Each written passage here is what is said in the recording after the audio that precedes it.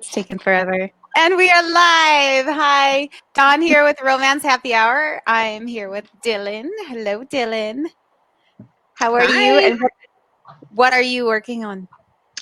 I am actually not working on anything right this very second because I turned in copy edits and I turned in the first draft of the third book in my Tying the Knot in Texas series last week. So then I gave myself a little time off, but I need to get back into it because I have a story due for an anthology at the end of this month. But can I just say, didn't we just talk about this like literally last month where you're like, I have 80,000 words to write and I just don't know how I'm going to get it done. And then like Dylann all of a sudden does that. And then she's like, the next day she's like, I just got it all done overnight. Some of it did happen overnight because I was up till like 3 a.m. a couple nights. So yeah, I don't like that. No. See, we've got Linda and Brittany joining us. Hello. And we are here tonight with Tess Thompson and G.S. Carr, Gabby. So we're excited to have them here with us. So Dawn, what are you working on since I have nothing to report? I do have a book coming out in less than a month now. My first book in the Tying the Knot in Texas series is coming out August 4th. Yay! The same day as Midnight Sun. So I'm super excited about that. But this is the one with the things that can't be named, right? Yeah, well, you've already told you. Dawn has a history. Don't ever tell Dawn a secret, ladies, because Dawn's like, I don't think that was a secret, right? So I've just got so many books going on at once that I can't keep them straight. I'm like, is that the one with the? No, that's not out yet, and it's a secret. From now on, I just call Dawn like Dawn spoiler alert Luedecke. I have a re-release that came out this month. The last book in the Lighthouse series. That's my very first series ever that I wrote. I wrote it in Washington, where Miss Tess is from there. But so that one just came out this month or re-released. I have got 2 books going on. I got a proposal out to my agent, and then I am writing Blue Bubble Baths. It's going to be in a box set later on this year, and I'm also going to release it myself as well. After High Heels and Cowboy Boots comes out, it's the sequel to that. And then Hope Harbor is going to be, I just got the rights back to that, so Hope Harbor will be hitting the shelf soon, and it's actually renamed to Finding Hope and the Hope Harbor series. So, well, that was super fast because I talked to you this morning and you didn't have a title yet. No, and then that was yesterday, wasn't it? Oh, yesterday. No, that was today. Yeah. No, because I got a title yesterday when I was talking to the graphic designer, and she's like, "You need a title." So I'm like, "Okay, how about Finding Hope?" I figured it was a good one because she's kind of finding herself after divorce. So I like it. Hope Harbor. So yeah, and it's going to be more of a women's fiction than the straight up romance. Yes. Gotcha. Very excited. And Tess, how about you? What are you working on? Well, I'm working on the 4th book in my Blue Mountain series, which are romantic mysteries. And I'm about 50,000 words in, and I'm at that point where this might be the worst book I've ever written, and I don't know if I can fix it. Yeah. What does that feel like? Because that has never, ever happened to me. It's just like every single book, right? Yeah. Every book. Like, every book. 50,000 mark. I'm like, yeah, that's it. Yeah. I literally just had this conversation yesterday. And then my husband says, "You say that every single time." I'm like, no, this one's the worst of the worst. Like, you don't understand. Like, this one's really like the suckiest of the suckiest. And every single time. So, Finding Hope, I wanted to throw against the wall several times. I mean, it's been rewritten. So I'm it's hard to do that when you're working on a laptop. Like, you don't really want to do that. Yeah. I almost want to print it off, pay my, buy the $70 ink and the freaking pages so I can print it off, bind it together, and then throw it against the wall just because I hated it that I much. like that. How about you, Gabby? What are you working on? Right now, I am working on book 2 in my Ladies of the Civil War series. The title is Lady of Disguise. And basically for that one, it's about Ruth. So I create, like I'm creating like a universe. So like all of my stories are interconnected. And so like even though they're different series, like the characters pop up in everyone's books and stuff. And I love doing that. But anyway, so this is Ruth's story, and she went undercover as a soldier during the Civil War, and basically the craziness that ensues on her way to finding love. So it's a lot of fun. I've been enjoying it. Me and my husband actually. So it starts off at Fort Pillow in Tennessee, and I like drug my husband out there a couple weeks ago, and so.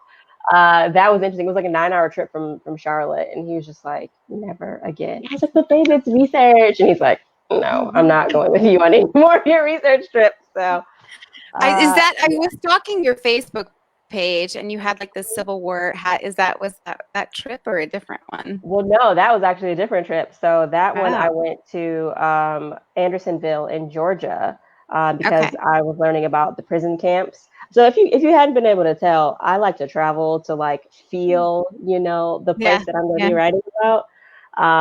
It was great. That one I went on by myself. He's like, no.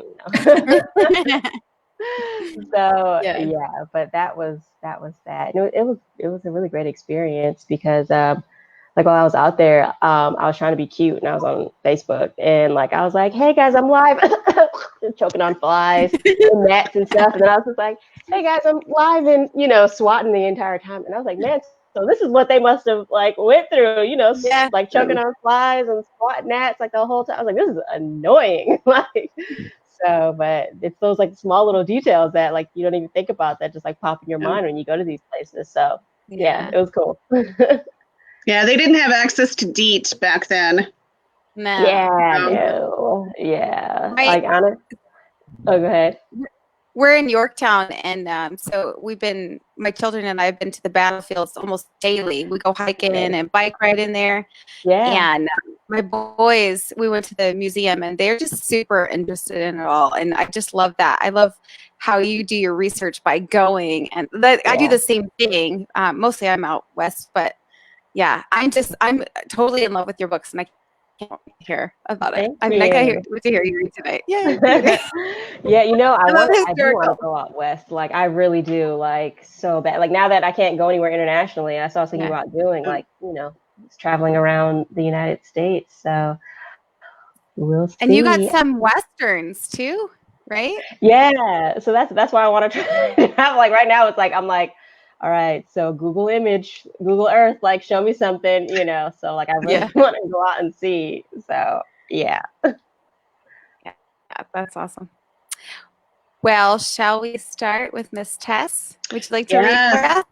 Tess volunteered to go first. So okay, so I'm going to read just the opening from The Schoolmistress of Emerson Pass, and this is kind of a fun series because I'm doing 5 set in 1910 to 1920-ish with a family with 5 children, and they'll all have their own stories. And it opened with the schoolmistress. She comes out to be the first school teacher in this little town in Colorado, and she meets Lord Barnes, who has 5 children, and it's a romance, but also kind of a family saga.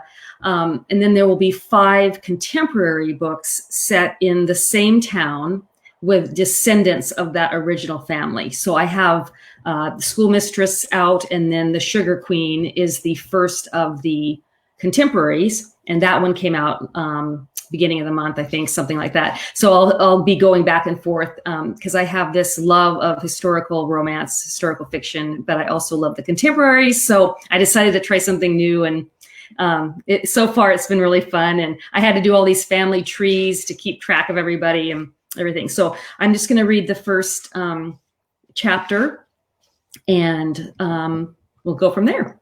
So chapter 1, Quinn.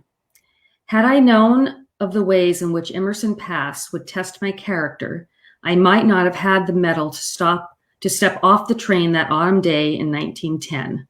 Then again, perhaps I would have. The path to our true places, our northern lights, are circuitous. We cannot predict the joys and sorrows that await us on the journey through life. Courage is our only map. My journey began when we lurched to a stop at the train station with a terrible roar and release of steam from the engine. As I had during the entire way from Denver to Emerson Pass, I wondered if the passenger car would remain in one piece. During our trek higher and higher into the Rocky Mountains, through tunnels and over tracks built on stilts over deep canyons, I'd feared we'd never reach our destination. My wild imagination had run amok, envisioning the train falling from the track and killing us all. Would I die in the unforgiving mountains after making it all the way from Boston to Denver? I cleaned the window and pressed close, hoping to catch a glimpse of the former mining town that was to be my new home. I'd expected golden leaves of the famous aspens this time of year. Instead, I saw nothing but snow flurries so thick it was as if I were peering into a closely knitted white blanket. I slipped into my wool coat, frayed and tattered from withstanding 6 Boston winters, and squared my shoulders. Courage, just then, was a shadow buried deep within me, even more so than the day last week when I'd pressed the same nose to a different window to catch one last glimpse of my mother and sister as the train pulled from the station. Next to me, the baby asleep in her mother's arms woke and began to howl. Her diaper was full. The odor mixed with that of human perspiration and the greasy hair of my companion might have turned my stomach, but I was too tired and hungry to care. Third class was not for the faint-hearted. I gathered my suitcase and rose unsteadily to my feet. I waited for the couple with the baby to exit first. Then the 2 men dressed in overalls and heavy work boots with whom I'd been sure to avoid eye contact. For a woman, traveling alone was not wise. For those like me, without funds or a companion, I had no choice but to set out alone. I held my long skirts high and stepped from the train down to the platform and lifted my face toward a sky the color of smoke. Daylight was nearing its end. Snowflakes as big as quarters caught in my lashes. Grime and soot swirled around me as I tromped onto the platform. The covered area was a relief, although the wooden planks were icy. Behind me, the train groaned as if it too were happy to have arrived. Here at last, it seemed to say. The trip had taken about a week to get from Boston to Denver. Long days with a scent of oil and unwashed men. When we reached the plains, blizzards, ice storms, and howling winds that howled like a tortured animal had chased us all the way to Denver. Unusual this time of year, the porter had said to me, probably in response to my terrified expression. After a night spent in Union Station in Denver, unable to sleep for fear of being murdered for my meager possessions, I boarded the train that took us up the mountains to my final destination. A gust of wind swept under the train station's awning and threatened to lift my hat from my head. I gripped the brim between gloved fingers. This hat, with its wide black bow, was no match for the gusts of wind and snow. It did not matter. I was off the God-forsaken train. I was alive, despite nature's relentless attempt to make it otherwise. I would have dropped to my knees and kissed the ground if I hadn't been concerned with decorum. Truly, with no thought to my only gloves and second-best dress, I'd have dug through the snowdrifts that were as tall as my 5'2" frame and given the ground a big smooch as if it were my beloved. Instead, I sighed with great relief and stuck a pin through my hat, fixing it more securely into my masses of honey blonde hair. My thick, silky hair was my only vanity. Some women needed wigs to make their buns appear thicker, but mine needed no enhancements. I'd once hoped my golden tresses compensated for my lack of figure. Even with my corset pulled tight, I had no curves. My hips were narrow and my chest flat. Combined with a quick mind that suffered no fools and a teaching degree instead of a dowry, my fate was clear: spinsterhood. Alexander Barnes had written that he would send a man to fetch me and take me to the boarding house in town where I was to live. Clutching my suitcase, I searched the platform but saw no one. I exhaled long and slow. My warm breath made a cloud in the frigid air. Only a few seconds off the train, and I couldn't feel my toes. Dizzy and lightheaded, I felt as if I were drunk. Was it the altitude? What if no one came for me? What if coming out here all alone to this place that was truly the Wild West was a terrible mistake? Emerson Pass was a town of prospectors, mostly men and probably heathens. One tiny woman named Quinn Cooper, who had never set foot outside of Boston until a week ago, was sure to fail. I gave myself a stern lecture as I stood shivering on the platform. What we needed were the skills of a fine actress and the courage of a lion. For Mother and Annabelle, images of their thin faces wavered before me like apparitions. Under my gloves, there were cracks between my fingers from the frigid nights without heat. I was their remedy and their hope. This work would save them. I'd live frugally with the barest of necessities and send everything else to them. Soon I would have enough to send for them. We could all be together, or I would return home. No looking back. I can do this. I will do this. I was a young, educated woman about to teach at a newly built school. Lord Barnes had written of its brick construction and shiny wood floors. A dozen students, he'd said, who needed an education. I might be headed to spinsterhood, but I was a good teacher. Having my own school was a dream. Remember how blessed you are, I reminded myself. I'd be plucky like the characters in the novels I loved so much. Please, someone come. Don't let me freeze when I've finally reached my destination. As if I had conjured him, a young man appeared from the curtain of snow. He had dark eyes with thick lashes and a red mouth, which smiled at me. Brown curls sneaked out from under the back of his newsboy cap. Miss Cooper? Yes, yes. Relief flooded me. I was saved. It's Harley, Miss Cooper. I'm sorry to be late. I detected a slight accent. French, maybe? This storm came out of nowhere this afternoon and made traveling slow. Our horses don't like it. We have a 20-minute drive to town in the sleigh, but I have blankets. Harley took my suitcase, and I followed him outside where a sleigh waited hitched to two brown horses. One whinnied and grinned at me with his large teeth. Hello, lovely. I stroked his nose. He nudged at me, most likely wondering if I had an apple. If I'd had one, despite how much I loved animals, I would not have shared it with him. I hadn't eaten since the morning. Although my room and board would be covered, I'd have to leave most of my traveling money. I'd had to leave most of my traveling money Lord Barnes had sent me with Mother. They needed it to survive until I could mail my first paycheck, which meant that I'd had to get by on one meal a day. Careful now, Harley said, helping me into the sleigh. We'll have you there by supper time. Mrs. Winslow makes a fine stew, and the boarding house is warm. Had he hesitated before the adjective warm? What else was it besides warm? Was warmth all it had to brag of? And Mrs. Winslow's stew? I thought of Mother's meals, although made of meager provisions, somehow they always tasted delicious, if not altogether filling. Bread filled the spaces between our bones, my mother sometimes said when the soup was mostly broth. I ached with a sudden homesickness. They would be sitting by the fire by now with their knitting or needlepoint. I was not there to read to them as had become our custom since my father passed 2 years ago. No, I must not succumb to self-pity. This was an adventure, an opportunity, traveling across the country to this beautiful, uninhabited land, a newly built schoolhouse and children who craved learning. I'd read the letter from Lord Barnes so many times I had it memorized. The children here need education and refinement. The West lacks in proper guidance for young ladies, especially. Our hope is for your good breeding and manners to influence and educate a new generation of Americans. There are children born of adventurous and hopeful men who have longed to provide better lives for their children. Alas, with the effort comes the wild. 5 out of the dozen children in town were his own.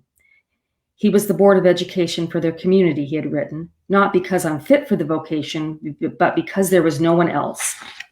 He did not mention a wife in his letters. I felt certain she was dead, as he'd referenced a nanny who cared for his children, but never a mother. It was how he'd spoken of education that had touched my heart. We raised them to be tough here, but at what cost? Surely culture and art must be taught, no matter that the gold rush has given birth to a new West. Please take off your hat or you might lose it, Harley said. I undid the pins and stuck them into the band, then handed the hat to him. He set it under a blanket in the back, along with my bag, and wrapped this scarf around your head and face. He tucked several blankets around me. On top of those, he had a fur of some kind that smelled of oil. I lifted my scarf over my nose, which still carried the scent of home, and tried to relax. Bells around the horses' necks made a merry song as Harley drove us away from the station. It was slow going for the horses, though, through the high snow, but they clopped at a steady pace. Thank you for picking me up, I said. It's my pleasure, miss. I work for Lord Barnes. I take care of the animals in the garden and whatever else needs doing. My little sister Poppy and I live in the servant's cottage on his property. I thought the train station would be closer to town, I said. Back during the gold rush, the train stopped at the mining site, he said. As the town grew, they realized building in the valley between the two mountains made more sense. Have you been here long? A few years, yes. My parents were French. They came out here chasing gold like most. They died 3 winters ago from the flu, and so now it's just Poppy and me. Poppy, what a sweet name. She's 13, same age as Miss Josephine, Lord Barnes' oldest daughter. She can't wait to start school. Until my parents died, we spoke mostly French, so she's anxious to learn to read in English. Does Lord Barnes live in town, I asked. No, his estate's a few miles from town. Estates were large with servants and fine meals. What did I expect from a man with the title Lord in front of his name? Lord Barnes owns at least 1,000 acres, including the land in town. There was a fire in the late 90s and most of the residents left. Lord Barnes bought up all the property and rebuilt the town, this time in brick. He owns everything? That's right. He rents the buildings to local businessmen for a fair price. His aim is to civilize this place. Harley laughed, clearly fond of his boss. If anyone can, it's him. Normally, I would have been fascinated to learn more. I'm curious, bordering on nosy. People are like books. I can't wait to turn the next page to learn what happens next. But I felt sleepy, lulled by the rhythm of the sled across snow. I blinked to try to stay alert, but between the falling snow and dimming light blocking the view, in combination with the warmth of the fur some poor animal had sacrificed, I drifted to sleep. The sound of a shotgun jarred me awake. Both horses jumped and neighed and then began to run. Harley called to them and tried to rein them in, but to no avail. They were afraid, as was I. Another shot rang out. The horses ran faster. The sled seemed to be several inches above the snow, as though we were flying. We were out of control. I could feel it in the way the sled shimmied. One of the horses reared back, and the sled yanked hard to the left. We flew over an embankment. A large tree loomed close. I screamed as I flew from the sled. Everything went black. That's chapter 1. Sounds so good. I'm so excited. You're all historical authors. I didn't realize yours was too. Now I'm super excited. I have to grab them both. You left us at everything goes black. Yeah. I hate that. I mean, it's awesome as an author to do that to your readers because, of course, they're going to flip the page. But when you're reading live, it's like, wait, what?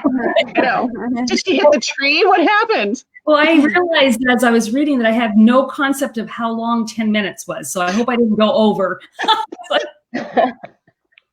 No, you were fine. Like we said before we went on, we're kind of laid back and pretty flexible. Yep. So that was awesome. Thank you. It was. So have you been to Boston? Sorry. Just once actually to visit. Yeah. But since none of it takes place there, I was okay to use it. I don't know, as you're reading, I'm sitting there thinking like, what would that be like to, just kind of get on a train and head west and not know anybody or what to expect. And it's, I'm just really glad that we live when we live because that's terrifying. So it's fun to read about that period of time. But yeah, I'm just glad that I didn't live back then. Yeah. Well, they have this is a little further back, but they have pioneer adventures you can take where you can join in on like wagon trains going across Rocky Mountains and stuff. I always wanted to do that as a teenager. This is how lame I am. As a teenager, that's what I wanted to do, and I never got to. Yeah, they had a show on that. I think it was like on PBS, like really? Pioneer America or whatever. Yeah, I didn't and know they had that. families like go out and live from scratch and all that. I was like, no, thank you. But my family would die. We would literally, I think we would just, I mean, our stomachs would just turn and we would just start consuming ourselves. I don't know how that would fly. Not to brag, but I think my family would kick ass. I think your family would too, because I think you would. We're survivors. Yep. yeah, We so could my set husband would Dawn basically like do everything. we could set Dawn in a frozen island in Alaska, and she would survive. I think she's just got that. So I don't know. I don't know about frozen island because I hate the cold. But maybe just a regular island. Maybe. So we did have a that's couple like my questions husband. He would come in. basically. Oh, what were you gonna say, Gabby? I know. I was just gonna say like that. That's basically my husband. Like he does all the outdoor stuff, and then I would basically just sit there and watch him do it all, and then comment on how everything doesn't look right. I like running water. I mean, we'll go up to the cabin. Like this past weekend over the 4th of July, we have had this cabin now. We're going into our 3rd summer. And the people that had it before us, they left us 2 air conditioner units. And I'm like, I mean, it's a cabin. It's northern Minnesota. We don't need air. Oh my gosh. This past weekend, we were up there for the 4th of July. I'm like, put the air conditioners in. It was so hot. So yeah, I feel like I don't think I could survive. Yeah. But we did have a couple questions come in. So let's go ahead and we can do a couple of them now, and then we can save the rest for after Gabby reads. But Karen wants to know, what is your favorite genre to read? And that would be for both of you. For me, I'm kind of all over the place, but I would say historical women's fiction is probably my favorite. What era? Anything from like 1800 to 1950 is kind of my. I love that. As a writer, I love the period from about 1900 to 1950, just because so many interesting things happen. A lot of drama for sure, with 2 wars, a depression, Spanish flu. So being from Seattle, did I just give that away? Was I not? Did we tell her? Sorry. Have you met Susan Wiggs and Linda Miller? No.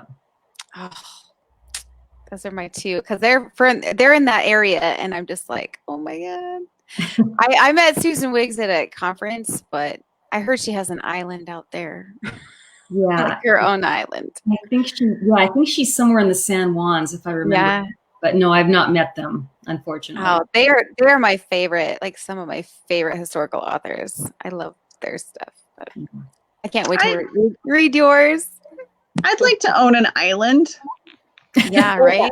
Exactly. I think. But I mean, how do you get electricity out there and stuff? Is it all solar powered? How do you, I guess if it's not that far away, you can run cables. And there was a reason that Twilight takes place in Port Angeles, because there's no sun. So that's true. So solar power, you're saying my idea of solar power would maybe not be super effective. Maybe wind power. Yeah, the month of August would be fun. Can you bank it? Yeah. How about you, Gabby? What's your favorite genre to read?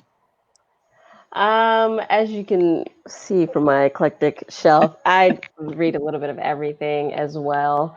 But honestly, like I feel like as long as it's romance, like I'm good. I just love romance in all of its form, shapes, and I think I have a very deep appreciation for the nuances of every single one of them. Like I'll have a Regency and a Western and a contemporary, like back to back. I just love romance. So yeah. So going off that, I know I'm taking away from our readers' questions, but what age were you when you picked up your first romance? Dylan, this is for you too.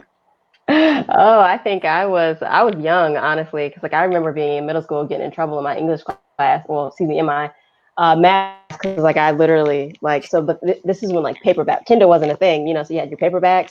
So like I would like bend the covers like really bad so no one saw what I was reading, or like, you know, put like a little, you know, paper around it or something, and then like I'd be under my desk in math class, you know, and then like the teacher's like, "What are you doing?" And I was like, "Nothing."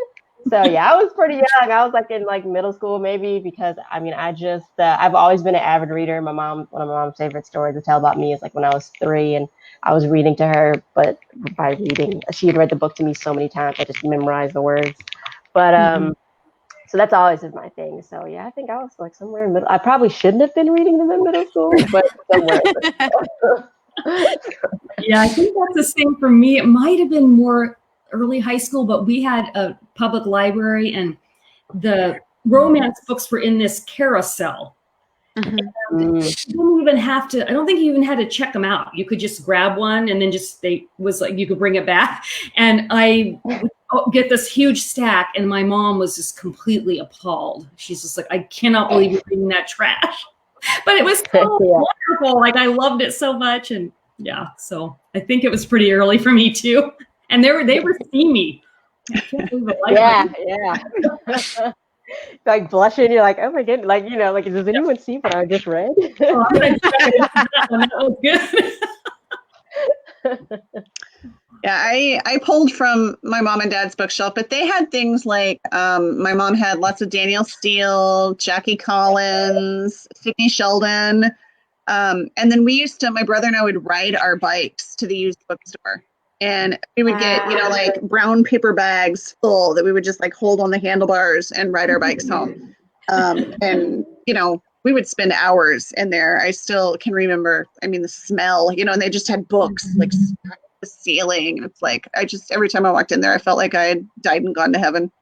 So that's why I think I'll always have to have paperbacks in my life, because I just like to smell them. I was literally just talking.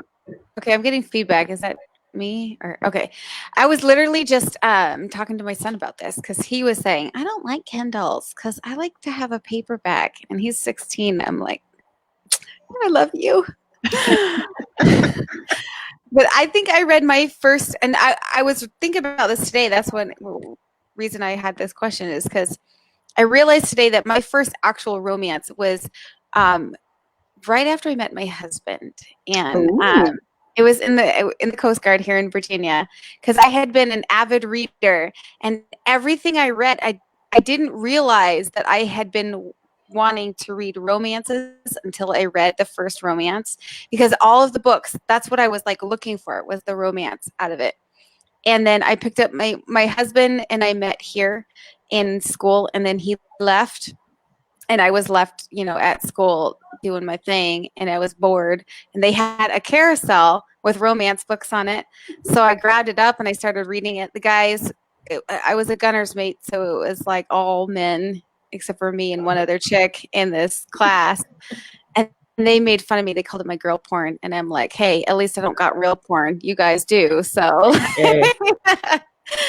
but yeah, and I read that first book sitting there in front of all these guys just reading my romance novel, and realized that what I had been missing and what I had been wanting was that romance novel. So, yeah, I thought about this today, and that's what I was curious when you guys had.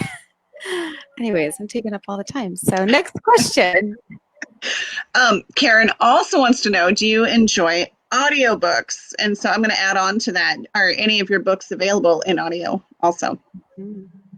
So do you listen to audiobooks? Yeah, I have. I'm kind of a recent lover of audiobooks.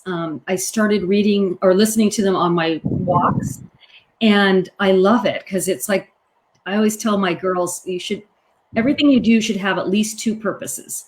So I'm like, I'm getting my exercise and I'm listening to a book. So I love that. And my Blue Mountain series are all in audio, and Cliffside Bay, which there are 10 of, are being done as we speak. So fun. That's awesome. See, go ahead. Sorry. No, go ahead. I was just going to say, I am not an audio human. I have ADD. I might have ADHD, but anyway, so I can't sit and listen to something very well, or even just in general. Like my attention span is about 2 seconds long, and then I'm off on another train. Like even sitting, sometimes like listening to other people is very hard for me. Like I have to remind myself to pay attention. So the audios just don't do very well for me. But it's actually I recently, like today, got back my reviews for my audiobook. So I'm putting my books in audio, all my books in audio, and I had someone else review them for me because again, I can't. I put The Cost of Love into one audiobook as a box set, and it's like 15 hours long, and I just literally could not. Like the thought of it gave me anxiety. So I had someone else review it for me, and she's like, "It's all good," and I was like, "Yay!" So hopefully, yeah, soon that all my books will be out in audio. So I'm excited. Yeah. But did I read that you transcribe? Do you transcribe your books? Me? No. Yeah. I was thinking. No? I was thinking about it. I have a friend in Germany, and I was thinking about having him do some. And my mom speaks Spanish. She got a Spanish degree, and I was thinking about doing that. But I haven't gone there yet. I decided to try the audio thing first, and then we'll see what happens, I guess, after that. So like I'm new to the whole audio. Like I literally wasn't even thinking about it. My friend was like, "Why haven't you done it?" So I was like, "All right, I'm gonna learn one thing at a time." So It's actually pretty pricey to produce audiobooks on your own as an indie. Yeah. Mm-hmm. So I don't know if people, if readers necessarily realize that, but I mean, it can be several $1,000s, and then, hopefully you make that back with audio sales, but yeah. So I know everybody's like, why isn't it in audio? It's like, because I don't have $3,000. Yeah, that's one of the things that I was thinking about. So when I was debating like how I wanted to do it, like, they have like the royalty share versus the payout right, and I did the payout right. But I was like, oh my God, I pray I make this back. Like I've heard of like readers, they'll listen to the book and then like return it or something like that. I was like, I pray I don't have a lot of them. Yeah. See, and I'm a cheapskate. I keep trying to convince my husband to read my books for me, but he never has enough time to do that. I'm not going to pay when I have this guy. Like my mom thinks that he's good. He should be like a radio announcer because he can do all kinds of different voices. And Dawn, you keep talking a big game about your husband, and he has yet to come on our show and actually show us his stuff. So he has yet to come home. So. I know. He's waiting for Linda or Karen or somebody to pop in here and give him some stuff, because he keeps saying, Karen, he keeps saying he's going to come on and read for us, and he hasn't yet. He hasn't, but I'm gonna back him up and say he's been deployed all year. So. I know. Okay, so he's serving our country. Minor details, but I'll get him. I promise. One of these days. Okay, how about one more question, and then we definitely want to make sure we leave time for Gabby to read. So Linda wants to know, and she says, do you try to be original, or do you deliver to readers what they want? So I think, like, are you, do you listen to your readers, and do you tend to write toward, more to market, or do you write, I guess, from your, I don't know. They always say like the book of your heart versus, what might actually sell. So I guess kind of how do you decide what to write? Well, I definitely don't write to market. I am a firm believer in you write what what's in your heart. And I also believe that when you do that, first of all, it's more successful. It's a better book.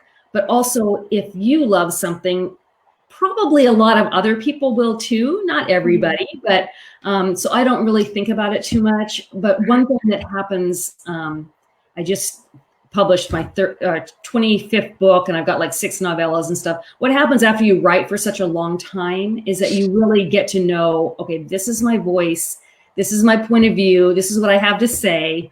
And you become more comfortable with that. And so you're not like, okay, should I write this or that? And you're not susceptible as much to other people telling you what you should do. You're like, nope, I got it. So I think that just comes with longevity. And I'm old, so it's like I know myself now. But when I first started out, I was definitely less sure about, is this what I should be doing, if that makes sense. So with that, are you guys trad or indie? I was with a small press that went under in 2015, and I went indie after that. And I don't know that I'll ever go back. I love it. For me, wow, that is a slightly loaded question for me. On multiple levels, like the first original, as in like the stories I write, are they cookie cutter? There was this big name author that when I was younger, I read books and I was like, I love this, and I went on a binge of her books. And maybe about 5 or 6 books in, I literally realized it was the same story over and over and over again. The character names were different, the setting was different, but I mean, like literally, it was formula. Like I knew at this particular point in the book, she was gonna do this, he was gonna say this. At this mark, they were gonna do this, and then all of a sudden, this was gonna happen.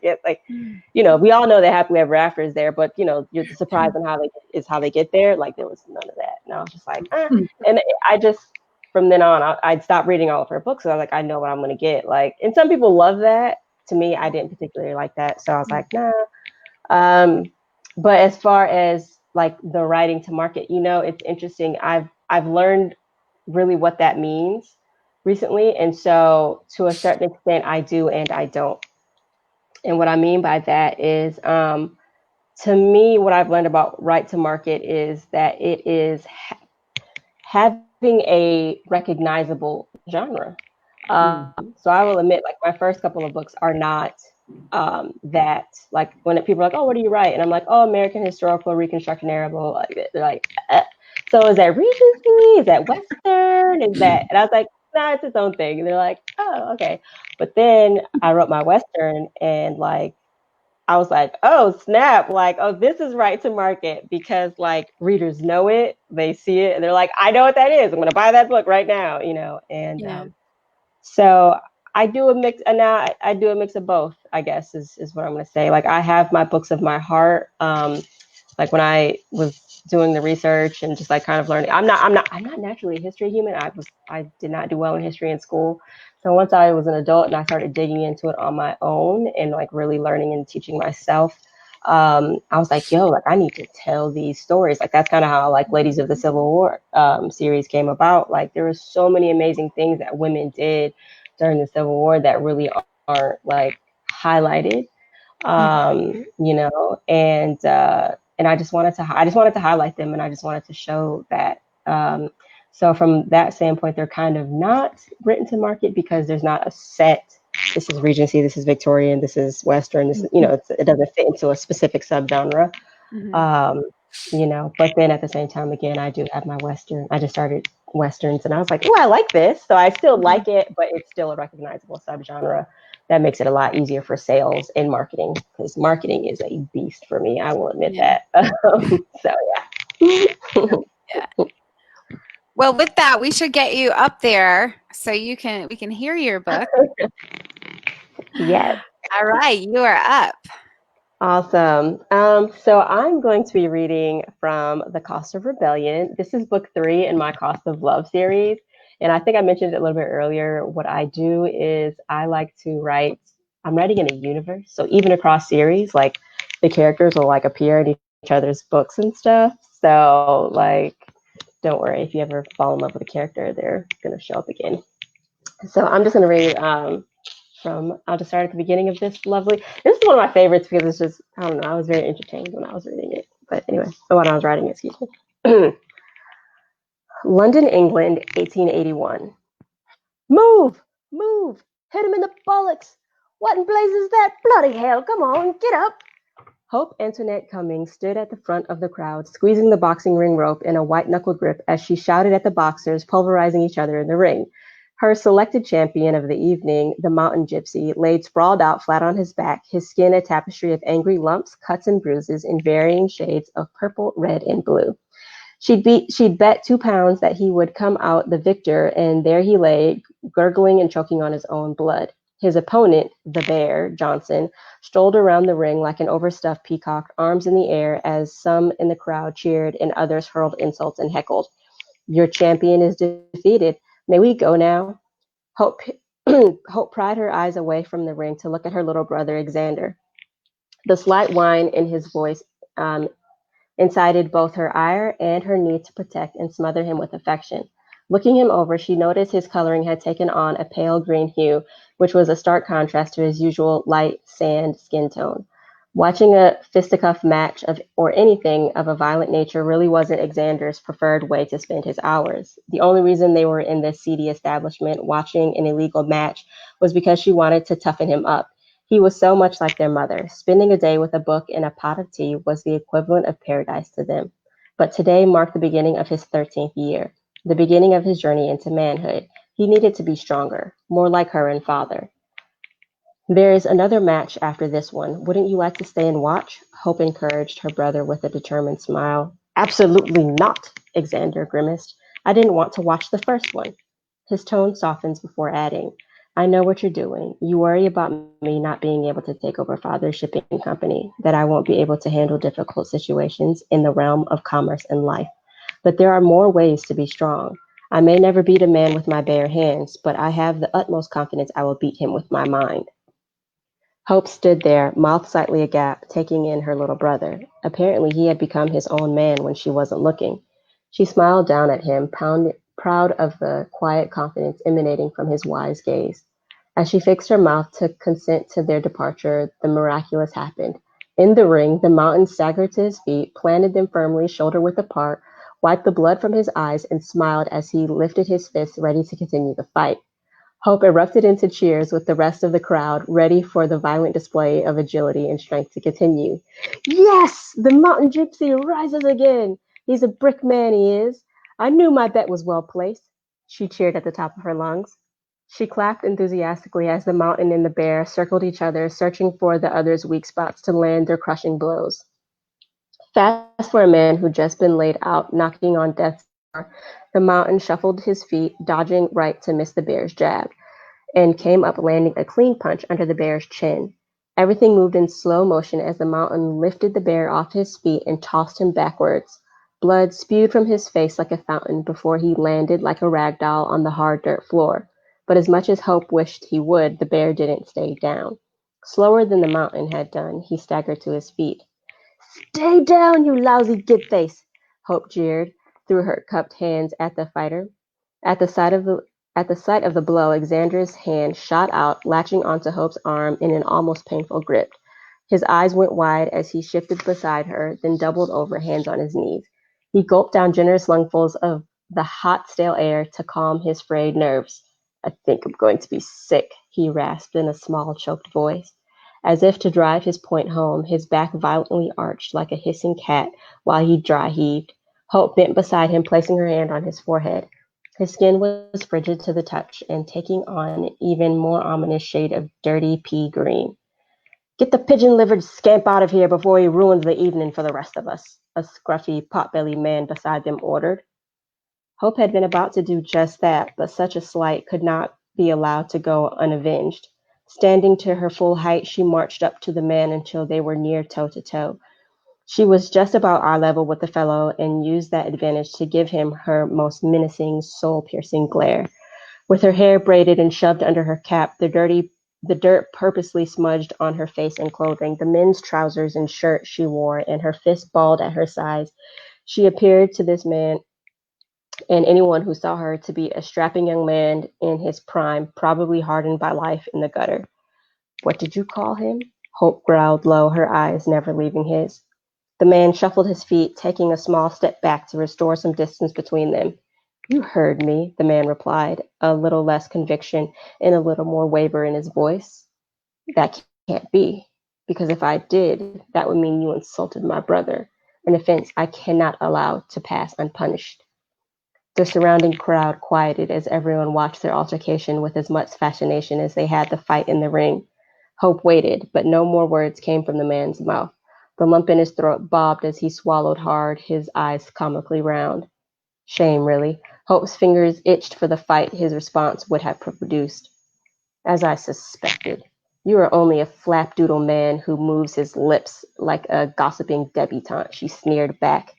The crowd around them burst into laughter at the man's expense. After one last stare down, Hope turned her back to the coward and took Xander by the arm to lead him to the exit. As they moved at a tortoise's pace, a beefy hand latched onto Hope's arm, spinning her around. A large man, twice the height of the portly coward, now stood next to him, arms crossed over his burly chest. Hope had to crane her neck to meet his eyes. If her glare could make a man's toes curl in fear, his could stop a man's heart. Hope noticed the way the coward stood a ways behind his champion, yet still wore a triumphant grin as if the victory of beating her would be his. Bloody gutless cad. I heard what you said to my mate. I'll teach you to use such a foul mouth that you disgusting little gutter snipe. The man scowled. The man pulled his fist back, ready to hand out his promised lesson. Xander shook like a leaf in the violent storm in Hope's arms, while she stood back straight, ready to receive the blow. But suddenly, the rest of the crowd went deathly silent, and the blow never came. Hope, Antoinette, and Alexander Joseph Cumming II, come here now. Hope and Xander froze in place, bodies rigid as the familiar voice cascaded over them. Even though he'd spoken the words in a low, menacing growl, they'd heard each one loud and clear. The voice had the power to invoke a fear and hope the stocky man in his beefy fist never could. Her heart began a thunderous stampede in her chest like a herd of wild horses. She clutched the fabric of her dingy men's shirt and vest, waiting for the fear-induced heart attack she knew was coming. Hope's hand lashed on Xander's, giving and receiving the comfort they both desperately needed to face the man standing behind them. Turning slowly on stiff limbs, Hope and Xander met the murderous glare of their father, Alexander Cummings. Next to him, their Uncle Charles fought a smile, as he usually did whenever they, mainly Hope, were caught in whatever mischievous offense they'd committed. Each man held a double brass barrel Behringer flintlock musket pointed at the coward and his muscular friend. I'd advise you to step away from my son and daughter, else I'll have to put a bullet between your eyes, Alex threatened in a controlled, level tone. His heavy Southern American accent added to the air of danger surrounding him. The coward and his friends stepped back, hands in the air in surrender. Hope and Xander walked on leaden feet, heads hanging low towards their father. Each step was more excruciating than the last, as if they marched toward the gallows, holding the hangman's noose in their hands. If nothing else, this was most assuredly the execution of Hope's pride. Neither Hope nor Xander could lift their heads from under the pressure of their father's heavy, disappointing gaze as they came to a stop in front of him. Well, I say, this is a more precarious situation even for you, my dear Hope.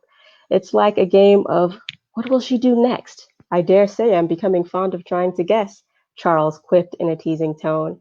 It was now Hope's turn to fight a grin. Xander stood silently, too grave and afraid to dare such an emotion as amusement.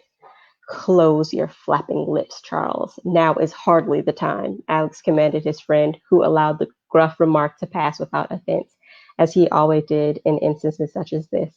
Alex used his free hand to lift Hope's chin, forcing her to meet his glare. What am I going to do with you? Hope knew better than to answer that question, the perfect picture of remorseful repentance. She said nothing as her father heaved a heavy sigh and shook his head at her. I guess I will let your mother handle this situation when we return home.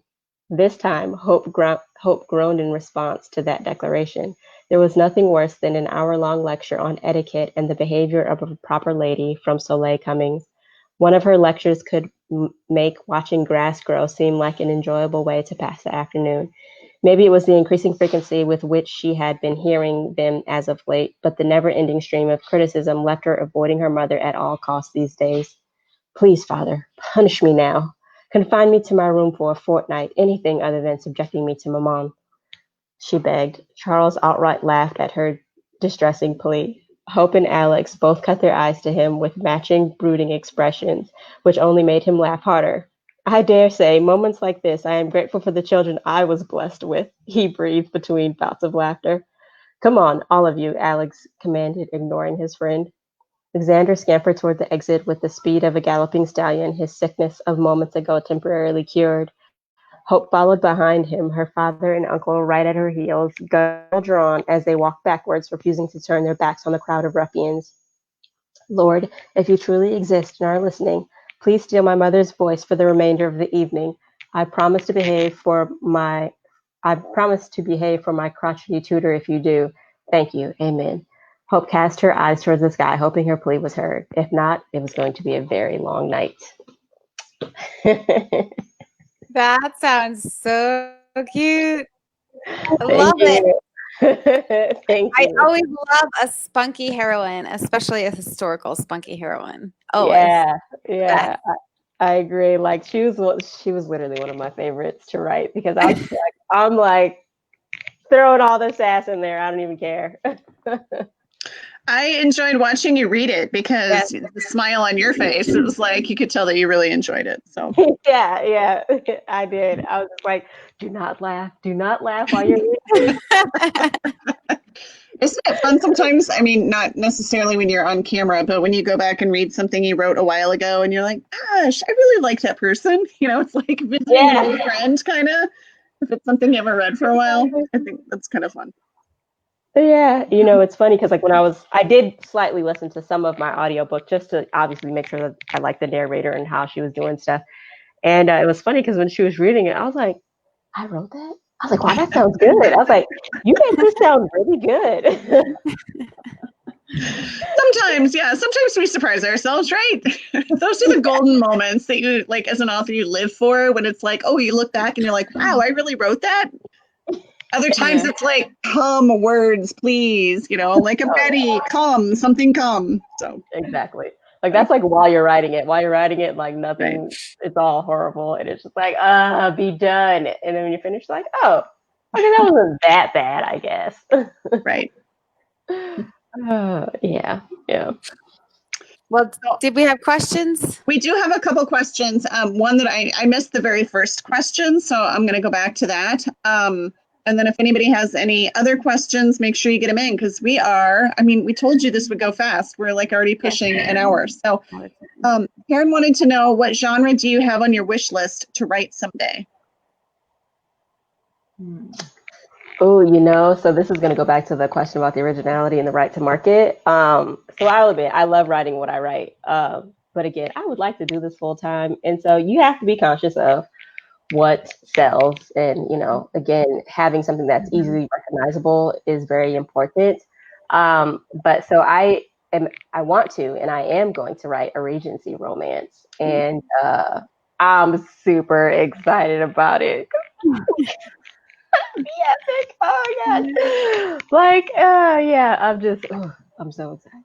Like like none of it's gonna be normal. Like it's all just gonna be like but yeah, so I love your excitement. The thought of writing anything historical, like I like to make stuff up in today's world, which I mean right now you could have made up what we're going through right now. Like if you put that in a book, people would be like, oh my gosh, that would never happen. But yeah, the thought of having to be historically accurate, that would terrify me. You know, it's so funny. I love reading them. But yeah, I mean, I'm terrified. I would be scared to write that. Yeah, you know, it's funny because I actually I read some of my reviews on like Goodreads and Amazon occasionally, like when I'm just, I guess, jonesing for a beatdown or something. I read my reviews. And in this book, I will admit, so it starts in London, obviously. But then I was getting a little like, I was like, you know what, I'm just going to take this to the Middle East. But I made up the country in the Middle East that I took it to because in this book, she falls in love with the prince from said Middle Eastern country. And I did do extensive research around the area and stuff. And like and I was like, okay, so what is their major export, you know? And like during this time period, like in the Middle East, especially in this region, like what was, you know, anyway, so I actually had a reviewer that was just like, there are no palm trees in that area, and like oil wasn't an export back then, and da. I was like, first of all, it's a made up country. Like, I never out there, you know, like. And second of all, I did do research. That was a thing, so whatever. Yeah. See, what I love to do is and where I get my inspiration from is the weirdest facts that you learn. Like, for my very first book ever, my very first inspiration ever, I got because I learned that there were camels in Montana in 1850, and the army brought them in and to try to get the Indians to the reservation, and then they couldn't control the camels, so they let them go in the wild, and people would mistake them for moose and shoot them and everything. So I'm like, oh my God, I have to have a camel in a book in Montana in the 1800s. So, like, I love to get that. So then when people can be like, come back and be like, excuse me, camels in Montana, you can be like, yep. Yes. Yes, I've definitely learned that with writing historicals. History, your historical accuracy, or your perception of historical accuracy, is based on the perception of the reader. Like, you could be 100% right, but it's so weird or like so unknown that they're like, that's not right, and you're like, actually, yes, it is. Yeah. But history in itself is crazy. There's so many crazy events that happen in history. You're just like, you wouldn't even imagine. I love it. I love it. That's where I get my main inspiration for historicals. It's weird ass. Yeah. I'm right there with you, Dawn. I'm right there. Tess? Right. Let's see. Karen asked another question. What have you found is the most successful way to market your stories? Well, I'll answer that. Let me answer the other one, though, about what I... Oh, I'm sorry. Yes. Yeah, that's okay. Because I'm dying to share this because it's really weird. I want to do a royal, like a made up, like a made up country, like some small country. I just love those on Hallmark every year. They have... I'm like, I so want to do that, like a royal family thing. And then this other question was marketing. How to reach readers? Is that... It's your best marketing? Yep. Oh, best marketing. I would say probably my street team. I have like this amazing group of ladies who've been with, some of them been with me for a long time, some are new, but they're just like, they just go out and tell everybody, you got to try this author. Blah, blah. So I think that's probably definitely my best thing. Yeah. I'm really bad with my street team. Word of mouth, I think, is, I don't know. I tend to, anytime there's like clickbait in my Facebook newsfeed about, watch this webinar on best marketing techniques and stuff. I'm a sucker for all of them. And I remember somebody saying, like, word of mouth, having a recommendation from a friend far outweighs any of the other marketing techniques you can try. So if anyone's listening and you find an author you love, make sure you recommend them to all your friends, because we will love you forever. Yeah. And also leave reviews. Right. How about you, Gabby? What have you found is the most successful way to market your stories? Yeah, that's a great question. And when I figure it out, I will let you know. I will definitely say, I think word of mouth is probably going to be the biggest one for me as well, and like networking and everything, because I don't have authors that I can target and stuff, or kind of like similar to me in a lot of respects. Like I'm having a lot more success with my Western, obviously, because that's just, you just put in mail order bride, Westerns, blah, blah, and, all the keywords are plentiful. But for the other stuff, I think there's only literally one other author that does what I do. So I don't really have a lot of success with at Facebook or Amazon ads. Definitely word of mouth and just people leaving reviews, telling their friends. A friend of mine was like, I'm recommending your book to my church book club. And I was like, all right, cool. So stuff like that definitely works well for me too. Nice. Mm-hmm. I think we had one more question. Oh, you want my answer? Yeah. Oh gosh, I don't know. I feel like Gabby, when I figure it out, I'll let you know. Yeah. I think the best way to market your stories is to write a book that readers love and identify with, because then they want to tell people about it. And so, I think write a good book. That's the best marketing you can do, is write a good book that people love. So of course we all try to do that every single time, right? But I feel like sometimes we're more successful than others. So how about you, Dawn? Mine is saying, Dylann, what the hell should I do? That's what I do. Dylann, and how's that working for you? It's not working very well. We have, let's see, one more question that we'll throw out there, and then I know we're over. We try to keep it to an hour, but we never, ever, ever make it. So, So Deanna wants to know, what is your favorite thing about writing, and do you have any tips for a new author?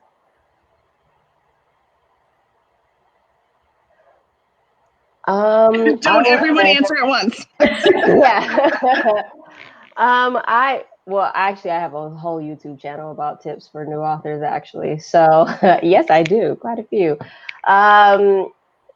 And I guess like what I love first about writing so much is just the fact that I don't know, like I have to tell these stories. Like people ask me all the time, like, how do you come up with your concepts? Like I can just get something and like I have so many works in process, y'all. Like I think I literally have 10 to 12. Like it's kind of crazy. And I just have to write. I've always had to write. I literally I have a scrapbook of myself. I will admit this. So in said scrapbook of myself, I have a report card from my 3rd grade teacher, and it's like, Gabby is such a good storyteller. Like I can really see her like doing something with this or something along those lines. And I kept it. I kept that sucker. I was like, oh, you are so right. But it's just I've always loved reading and writing. It's just my thing. And so I don't know. I need to write. Like it's not even like I need to write. And I guess tips for new authors. I would definitely say professionalism I think is the most important thing. Like, and that means like professionally edits and professional covers. Like I hate to say it, but I do see a lot of covers out there that just look kind of homemade, you know. And like just aren't that great, and they could contain a really amazing stories, but you have to remember like you're competing against, you know, millions upon millions of other books right now. And I do highly believe that my covers are one of the, because people that never even seen me like, have you seen this cover, you know. And I do believe that my covers are what has really helped me as well, especially that I don't write in a, you know, niche or whatever. Yeah. But yeah, so having that really good cover, that's like the people judge a book by the cover, and really good editing. I think that's really, really important, if nothing else. So. Absolutely. Yeah, I agree with everything Gabby said, but also like one thing that I think holds people back is they don't take the craft seriously enough, and it takes practice. Like you have to work on this, to learn how to write. It's not just like it doesn't matter if you're talented, like you still have to learn the craft. So I think, taking workshops, taking classes, getting craft books, and then just reading everything, all the books that you want to write, in that genre, that typical, just read and read and read. And then just, develop that discipline of writing every day, even if it's just 15 minutes. I think that, you build your confidence, you build your skills, and over time you're suddenly like, oh, I think maybe I can do this, so definitely being persistent too. That's another one, even after you have a lot of books out, not giving up. Yeah. And I guess my favorite thing about writing is probably, it's a toss between, because I'm a total pantser. It's a toss between like when the characters surprise me. I love that, or something weird happens. And then I also am kind of weird this way, but I love editing. Like I love that rewriting. It's like, just like finding that perfect word, or just, belaboring a couple paragraphs till I just think they're as good as they could be. I like that part. Yeah. So Dylann said that I need to talk to you, and I think it's true. And for Dylann's reason, and also because I need to pick your brain about how to love editing. Yeah, I don't. I think we all need to figure out what Tess is doing that we're not, and what makes her love editing. Because more rewriting, I guess I would say. I do hate editing notes, but I mean, like just like that second and third draft, like that to me is super fun. Because once I have something on the page, I'm like, oh, okay, now I've got something to work with. See, I have to play it back from my computer. I like highlight and then have Siri read it to me. Otherwise, my brain just goes like, like I can't edit. I just go right past it. So I have to have my computer read it to me while I'm editing it. So I catch mistakes. Wow, I wish I was an audio human because that sounds like perfection. I admit I can't. I can write the book and I think I have one pass in me after that, and then after that I literally can't. Like I don't know, something my brain just refuses to look at it again. And so yeah, I've got like I can write the whole thing, but I will say I am very meticulous while I'm writing. Like I have the thesaurus open while I'm writing and everything. So like even while I'm writing, I'm very particular about what words I use and overuse, and I think a lot about it. So yeah, I got after that I have one last pass through. My brain is like, nope. Moving on. All right. Well, we are 10 minutes past the hour. And so we're going to have to bring it to a close here. But thank you so much for coming and chatting with us today and reading your beautiful that was a lot of fun. I'm super really enjoyed excited. it. Thank you. It was historical day today. It was. Yeah. Very excited about that. And Tess and Gabby both have giveaways posted on the Facebook page. So if you haven't entered that, those will be open through Sunday night. Yes. All right. And awesome. Thanks for having me, you guys. This was super fun. Gabby, great to meet you. Yeah, same. Thank you guys. And it's wonderful to meet you as well, Tess. No, this was a lot of fun. I have major bookshelf envy, as I think most of our viewers do. On your bookshelves there, Gabby. That's totally amazing. That's my dream, my office. As you can see, mine does not look like that now, but maybe someday. Yeah. Yeah. All right. We're going to say goodbye, and then maybe we're going to talk about Gabby's bookshelf afterwards. I don't know. Yeah. We'll see. It's only part of it. There's more. All right. Yeah. Join us next time. We'll be back on the fourth Thursday. And then also this month, we have Romance Happy Hour Book Club, and we are reading Jenny Stickson's book, Rockstar Secrets. So make sure you check that out. And we'll see you then. All right. Bye. All right, bye. Bye.